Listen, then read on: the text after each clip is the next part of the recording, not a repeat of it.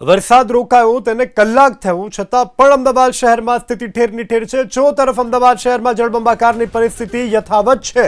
વરસાદ રોકાયાને 1 કલાક જેટલો સમય થયો છતાં પણ અમદાવાદ જળબંબાકાર। ચો તરફ હજુ પણ જળજમાવડો છે।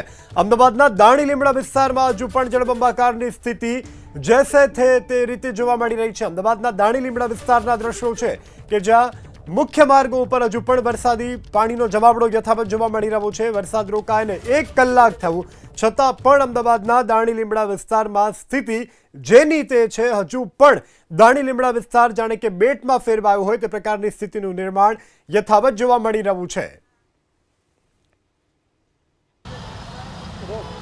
અમદાવાદ શહેરમાં બુધવારે સાંજ બાદ પડેલા ધોધમાર વરસાદના કારણે જનજીવન પ્રભાવિત થયું છે અને મુખ્યત્વે વરસાદની વાત કરવામાં આવે તો પૂર્વ ઝોન, ઉત્તર ઝોન, દક્ષિણ ઝોન અને તેની સાથે મધ્ય ઝોનમાં સૌથી વધુ વરસાદ નોંધાયો છે। હાલ એબીપી અસ્મિતા અમદાવાદના દાણી લીમડાથી મણિનગર તરફ જવાના માર્ગ ઉપર ઉપસ્થિત છે અને અહીંયા આગળ દ્રશ્યો જોઈ શકાય છે। વરસાદે વિરામ લીધો છે લગભગ છેલ્લા 30 મિનિટ 35 મિનિટથી, પણ અહીંયા આગળ પાણી છે તે ઓસરવાનું નામ નથી લઈ રહ્યા અને અમદાવાદ મહાનગરપાલિકાની જે ટીમો છે તે પણ હજી અહીંયા સુધી નથી જોવા મળી રહી। જે પણ વાહન ચાલકો છે તે અહીંયા આગળ પાણીમાંથી પોતાના વાહનો કાઢવા માટે મજબૂર છે, તો જે પણ દુકાનદારો છે જે હજી પોતાની દુકાનો ખુલ્લી રાખી હતી તે લોકો અહીંયા આગળથી નીકળી પણ ન શકે તે પ્રકારની પરિસ્થિતિ છે।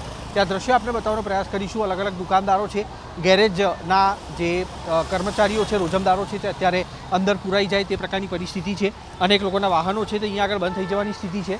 બીજી તરફના દ્રશ્યો બતાવીશું જે મણિનગરથી દાણી લીમડા અને ધણીધર જવાનો જે માર્ગ છે ત્યાં આગળ અલગ અલગ લોકો અત્યારે એકબીજાના વાહનો છે તેને બહાર કાઢવાની કામગીરી કરી રહ્યા છે।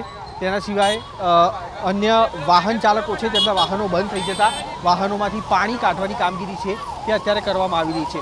એક પોલીસની ગાડી પણ અહીંયા આગળથી પસાર થઈ રહી છે। આ સિવાય બીઆરટીએસ અને એએમટીએસની પણ જે બસો છે તે પણ અલગ અલગ સ્થળો પર ફસાઈ હોય તે પ્રકારની પરિસ્થિતિ હાલ જોવા મળી રહી છે। અમદાવાદ શહેરમાં બુધવાર સાંજના સમયે જે વરસાદ પડ્યો તેના કારણે પ્રી મોન્સૂનની કામગીરી તો જે હંમેશાથી માત્ર દેખાડા પૂરતી રહેતી હતી તે કામગીરીના કારણે નાગરિકો પણ હેરાન થયા છે અને તેની સાથે અત્યારે શહેરના અલગ અલગ જે વિસ્તારો છે ત્યાં આગળ જનજીવન પણ પ્રભાવિત થયું હોય તે પ્રકારની સ્થિતિ હાલ જોવા મળી રહી છે। કેમેરામેન કમલેશ પટેલ સાથે કુશાંક સોની, એબીપી અસ્મિતા, અમદાવાદ। તો અમદાવાદમાં જમીન બેસી જતા કેનાલમાં કાર ખાબકવાની ઘટના બની છે। અમદાવાદમાં જમીન બેસી ગઈ જેને કારણે કાર કેનાલમાં ખાબકી છે। આંબેડકર નગર હાઉસિંગ બોર્ડ પાસેની આ ઘટના છે। કેનાલમાં કાર ખાબકી છે।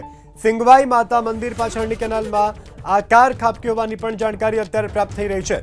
વરસાદને કારણે જમીન બેસી ગઈ જેને કારણે ઇકો કાર કેનાલમાં ખાબકી છે। દ્રશ્યોમાં પણ જોઈ શકાય છે અમદાવાદની આ ઘટના છે કે જ્યાં જમીન બેસી જતા કેનાલમાં કાર ખાબકી છે અને અમદાવાદના આંબેડકર હાઉસિંગ બોર્ડ પાસેની આ ઘટના છે। દ્રશ્યોમાં પણ જોઈ શકાય છે રોડ બેસી ગયો જેને કારણે આ પ્રકારની ઘટનાનું નિર્માણ થયું છે। સિંગવાઈ માતા મંદિર પાછળ કેનાલમાં કાર ખાબકી છે। સંવાદદાતા ચેતન બામણિયા ફોન લાઈનથી જોડાયા છે।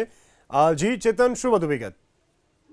જી, આજે ખાસ કરીને અમદાવાદ પૂર્વ વિસ્તારમાં મોડી સાંજે વરસાદે ધોધમાર બેટિંગ કરી હતી અને વરસાદની ધોધમાર બેટિંગ સાથે જ જે સરકારી તંત્રના જે પ્રી મોન્સૂનના દાવાઓ હતા તેની પણ પોલ ખુલી હતી। પૂર્વ વિસ્તારમાં મણિનગર, રામોલ સહિતના અનેક વિસ્તારોમાં પાણી ભરાઈ ગયા છે અને એવી જ એક ઘટના બની છે રામોલ વિસ્તારમાં આવેલા ન્યૂ મણિનગર રોડ પર સિંગવાઈ માતાનું મંદિરની પાછળ કેનાલ આવેલી છે અને આ કેનાલના કિનારે આંબેડકર નગર હાઉસિંગ બોર્ડ આવેલો છે। આંબેડકર નગર હાઉસિંગ બોર્ડમાં કેનાલના કાંઠે એક ઇકો કાર પાર્ક કરવામાં આવી હતી, પરંતુ મોડી સાંજે ધોધમાર વરસાદ પડવાને કારણે કેનાલની બાજુની જે જમીન હતી તે ધોવાઈ ગઈ હતી, માટી ધોવાઈ ગઈ હતી, જેને કારણે જમીન જે ધોવાઈ જતા રસ્તો બેસી ગયો હતો અને જે ઇકો કારની વજનને કારણે આ ઇકો કાર પણ કેનાલમાં ખાબકી હતી। કેનાલમાં ઇકો કાર ખાબકતા જ સ્થાનિક લોકો, આસપાસના લોકો દોડી આવ્યા હતા અને તેમણે પ્રયાસ કર્યો હતો, પરંતુ ઊંડી ખાઈમાં ઊંડી જે કેનાલમાં જતી રહેતા જીવનું જોખમ હોવાને કારણે કોઈ ઉતર્યું ન હતું અને વિડીયોમાંથી જે માહિતી મળે છે તે અનુસાર ક્રેન વાળાને કાર કાઢવા માટે તેઓએ બોલાવવાનો પ્રયત્ન કર્યો હતો, પરંતુ જે ક્રેન વાળા છે તેમણે આવતીકાલે સવારે ગાડી કાઢવાનો વાયદો કર્યો હતો, જેથી કહી શકાય કે જો મોડી રાત્રે પણ વરસાદ પડે તો આ જે ઇકો કાર છે તે કેનાલમાં તણાઈ જવાની પણ સંભાવના છે. જી ચેતન, સમગ્ર જાણકારી બદલ આભાર. તો હાલ તો અમદાવાદમાં જમીન બેસી જવાને કારણે જે ઇકો કાર છે તે કેનાલમાં ખાબકી છે અને હાલ આ પ્રકારની સ્થિતિનું નિર્માણ અમદાવાદના વિવિધ વિસ્તારોમાં ક્યાંક રોડ બેસી ગયા છે તો ક્યાંક આ પ્રકારની ઘટના કે જમીન ધસી પડી જેને કારણે ઇકો કાર ખાબકી છે.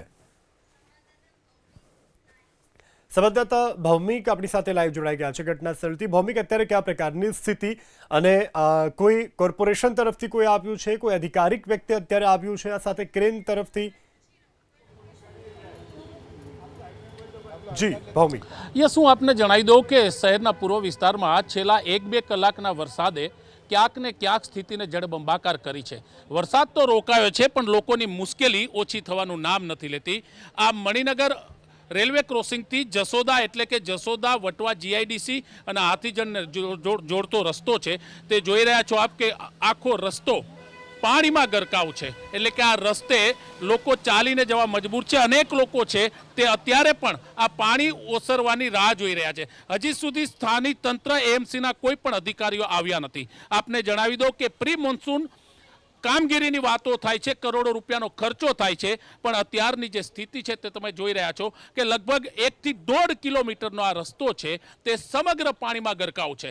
લોકો પોતાના વાહનોને સાઈડમાં મૂકી એટલે કે જે રસ્તે પાણી નથી ત્યાં મૂકી અને 1-2 કિલોમીટર ચાલીને પોતાના ઘરે જઈ રહ્યા છે. જે લોકોએ આ પાણીમાં પોતાના વાહન ઉતારવાની હિંમત કરી તેની તસવીર તમે જોઈ રહ્યા છો કે ગાડીઓ બંધ થઈ ગઈ છે, ઓટો રિક્ષાઓ બંધ થઈ ગઈ છે અને લોકો ચાલીને આવી રહ્યા છે. અનેક લોકો છે જેમને મુશ્કેલીનો સામનો કરવો પડી રહ્યો છે. હું તેમની સાથે વાત કરવાનો પણ પ્રયત્ન કરીશ કે તે લોકોને કેટલી મુશ્કેલી પડી રહી છે.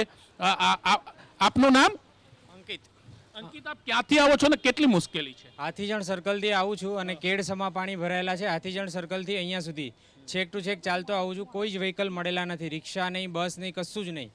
સખત હેરાન થતા આવવું પડે છે. મારું 2 વ્હીલર અધવચ્ચે રસ્તા વચ્ચે પાર્ક કર્યું છે અને હું ચાલતો છેક 5 કિલોમીટર ચાલીને આવ્યો છું. તો આપ જોઈ રહ્યા છો કે 3-4 કિલોમીટર લોકો ચાલીને આવે છે. બીજા પણ એક વ્યક્તિ છે.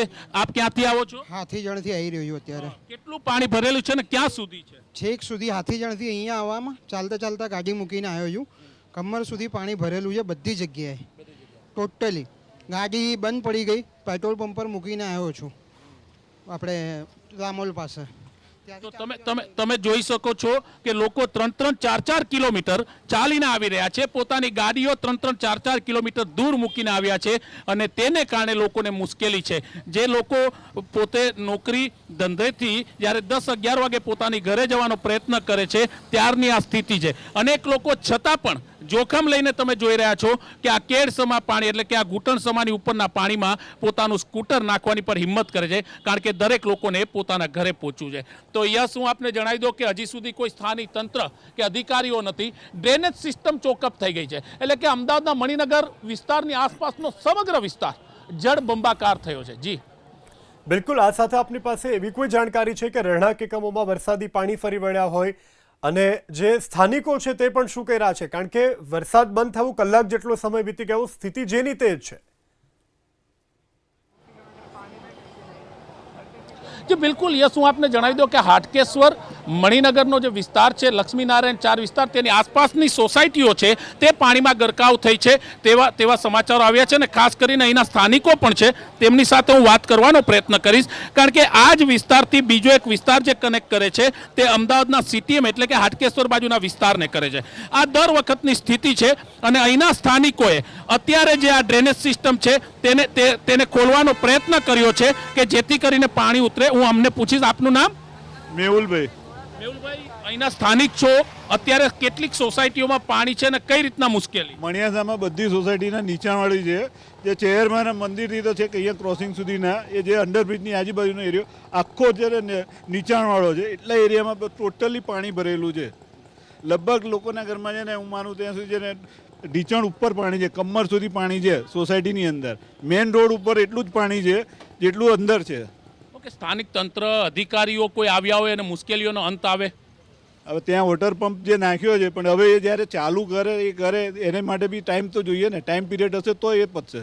અને આટલું પાણી ભર્યું તો એક સાથે તો ઉતરવાનું નથી, એને સમય તો માંગશે જ.